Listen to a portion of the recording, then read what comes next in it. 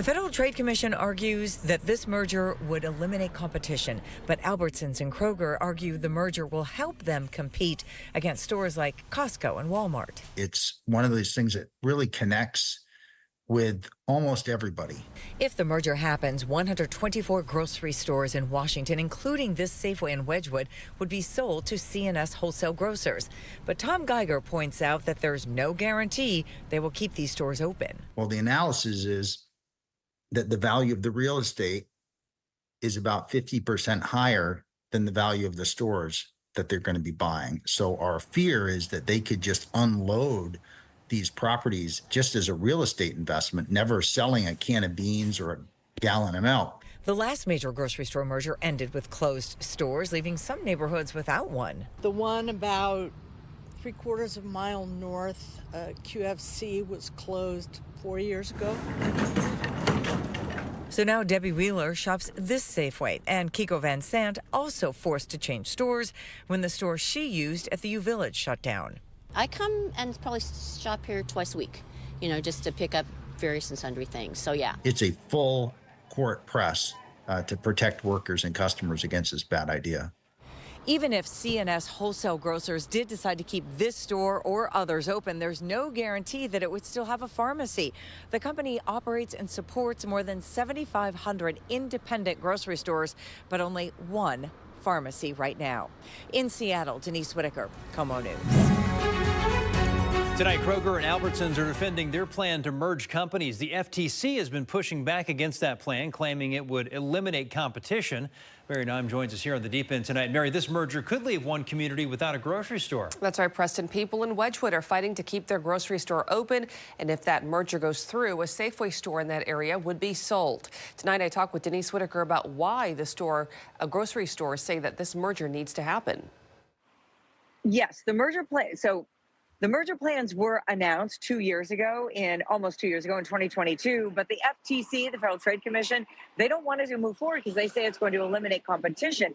And we've learned throughout the course of the planning for this merger which stores would be sold. And the Safeway here in Wedgwood is one of 124 stores in the state of Washington that would be sold to C&S wholesale grocer. So you might think, okay, so what's the big deal? But we've seen in other mergers where stores end up closing just because they're sold to a new company doesn't mean the new company will keep the store open or provide all the same services. So this is the concern.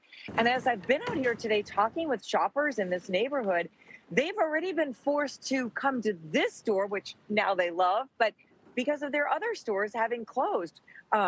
Kiko Van Sant told me that the store that she used to go to was by the U Village, and when it shut down, she had to find a new store. Now she comes here. And then Debbie Wheeler told me that she used to go to a different store too until it was shut down. So, it's a lot for people to handle. And again, it may not just be that you have to move to a new store, but it's the relationships that are interesting, Mary. And I would not have thought about that until I was talking with Tom Geiger, who is with the union, UFCW 3000, that represents grocery store workers. And he pointed out to me, and I'm sure you might realize this too, we have greater relationships or see the people who work in our grocery stores more than almost anything else.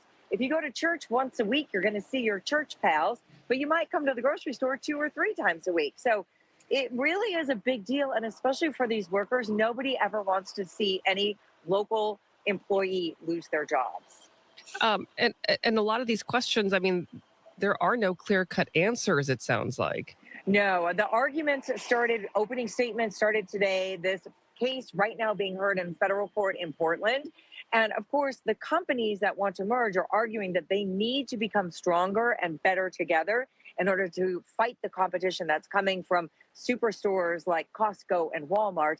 But the unions, the FTC, others argue, but it's only going to raise grocery prices even higher. It may force a different selection. It may put people out of work. So there are lots of arguments on both sides of this in terms of competition, good or bad. And it's going to take about 2 weeks for this particular hearing to play out in court. And when you talk about that hearing in federal court in Portland, in 2 weeks, that won't decide what's going to happen. That's just one step. Is that correct? Well, it could decide. It could decide what would happen federally. If the Federal Trade Commission wins, then it would stop the merger. That's the end goal. So it could end in that. If like you say, if there's no clear-cut ending, and of course, even if a decision is made, either party can still appeal. But there are other individual lawsuits from other states. For instance, our state is in its own lawsuit against this merger, and that has a court hearing date in federal court in Seattle starting in mid-September. So there are other court cases, but certainly, yes, the 2 to 3 week long one in Portland will be the first to play out.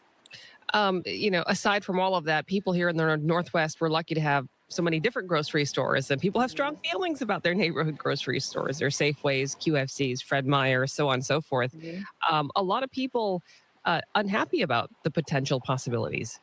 Oh, absolutely. I mean, again, because they have a relationship with that store and or the convenience. Kiko Van Sant today, when I was talking to her, she was just leaving her quilting group and this store is on her way home. So, of course, she doesn't want to go out of her way. She wants to just get the few things that she needs and move along. And I think it is more so the relationships, because the people who are working in your neighborhood grocery store are typically your neighbors as well. And so you get to know them, they're friendly, and they make a difference in your shopping experience most of the time. All right, Denise Whitaker, we'll see how this all plays out. Thank you. You got it.